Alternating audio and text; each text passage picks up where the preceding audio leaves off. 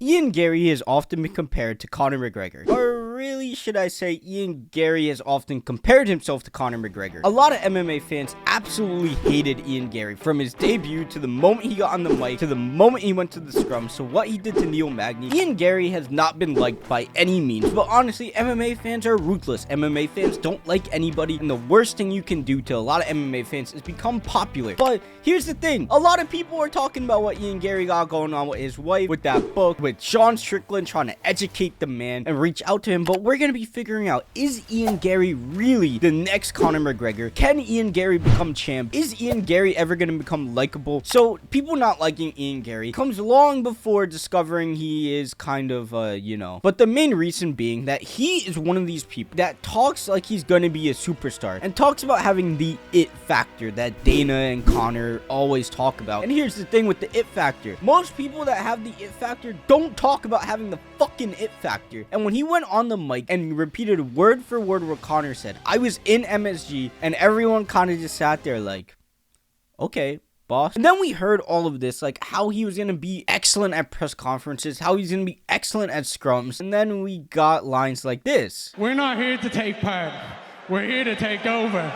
The main moment where Ian went from being weird to Ian being completely annoying is when he had this fight with Neil Magny. In case you don't know, here's how a UFC week goes. They fly in about 7 days out from the fight. On the Wednesday, they have a scrum, which is when all the reporters ask them questions. Thursday is the press conference when they're all on stage. Friday is the weigh-in, the ceremonial, and then Saturday is obviously the fight. On the Wednesday, Neil Magny basically said, I'm gonna beat Ian Garry's ass like I beat my kid's ass. And honestly, that's a pretty normal line. I don't think Neil Magny even really meant anything by it. He just said it. It was kind of funny, whatever. Just a throwaway line. Ian took that line and ran with it like fucking crazy. He was just like, you're a child beater? You hit your kids? I would never put my hand on a child. Are you insane? Like I said, I might have just said that once. Ian must have repeated that 30 fucking times all week. And then at the press conference, Ian went on about it and on about it and on about it and wouldn't let Neil Magny speak. And MMA fans were like, yeah, this guy is a complete fucking idiot. And then he went on to beat Neil Magny's ass, which wasn't good. And he was disrespecting him throughout the fight, flipping him off. He dropped him with leg kicks. It was honestly a fantastic performance, but Ian has just completely lost it with MMA fans. But what about his skill? How good is he? Ian has had some excellent performances, especially considering the fact that with a lot of young fighters, they don't get tested early. They don't get caught, and then when they're in their big title shot moment, they get caught and they don't know what to do. A great example of this is Darren Till. Darren Till was tearing through everyone, gets to Tyron Woodley, and just gets absolutely demolished in his first title shot. Ian got dropped bad in some of his fights. Ian got bloodied up in some of his fights, and he came back and won. And honestly, he's a super exciting fighter. There's no reason with his fighting style he shouldn't be more popular. And skill for skill, I don't think you can really debate just how good he is. One of the big reasons for this is how Ian trains. A traditional MMA fighter has one gym that they stick to, then maybe 3 months out of the year they'll go to Thailand, they'll go somewhere else that they want to both travel to, as well as just learn more. Maybe you'll go down to Brazil to learn jiu-jitsu, maybe you'll head to Australia to learn some kickboxing, stuff like that. It's pretty common, except Ian doesn't have a gym. Ian has just been traveling this entire time, and in his mind he's like, I'm traveling, I'm learning all these different styles. But the reality is he's also getting kicked out of a lot of these gyms because Ian has a vlog and a whole crew that he brings to all of these gyms, as well as he's training with other welterweights that are ranked. And Leon Edwards, the current welterweight champ, kicked him out of his gym because he was like,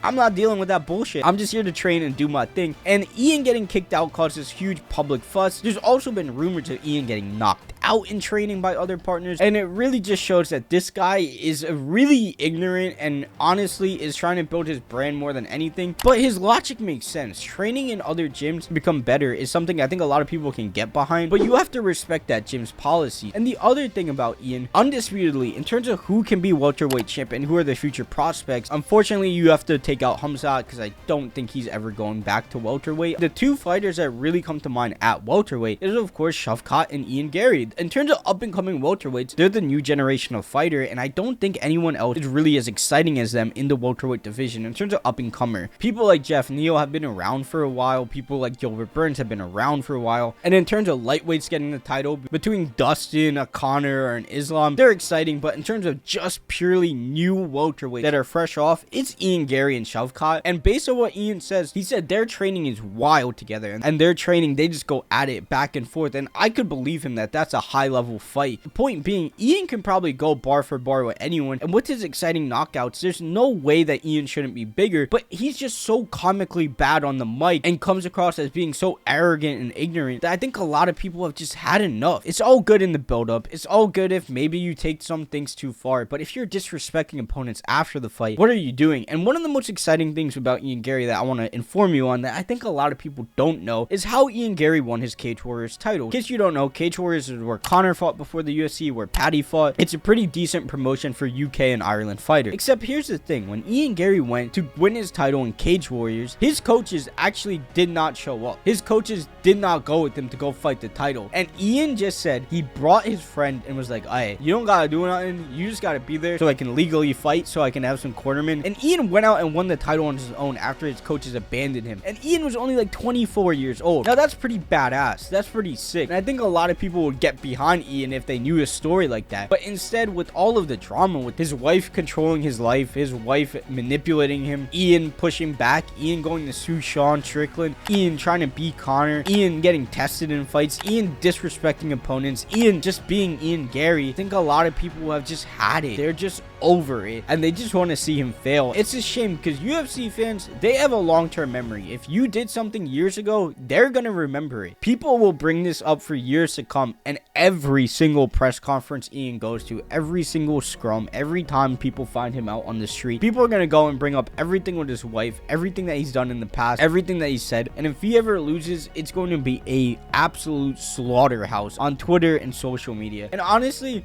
full discretion, I really like Ian Garry as a fighter. I've seen him fight in person. He's exciting and he seems to be a good kid at heart. I just don't think he really knows how to present himself on camera yet, which is a shame. So let me know what you think of Ian Garry down below. I'm sure a lot of you hate him. So let me know what you want to see next. Leave a comment, leave a like, subscribe, and don't forget, we're just gonna start it. We're gonna stay consistent, and I'll see you in the next video.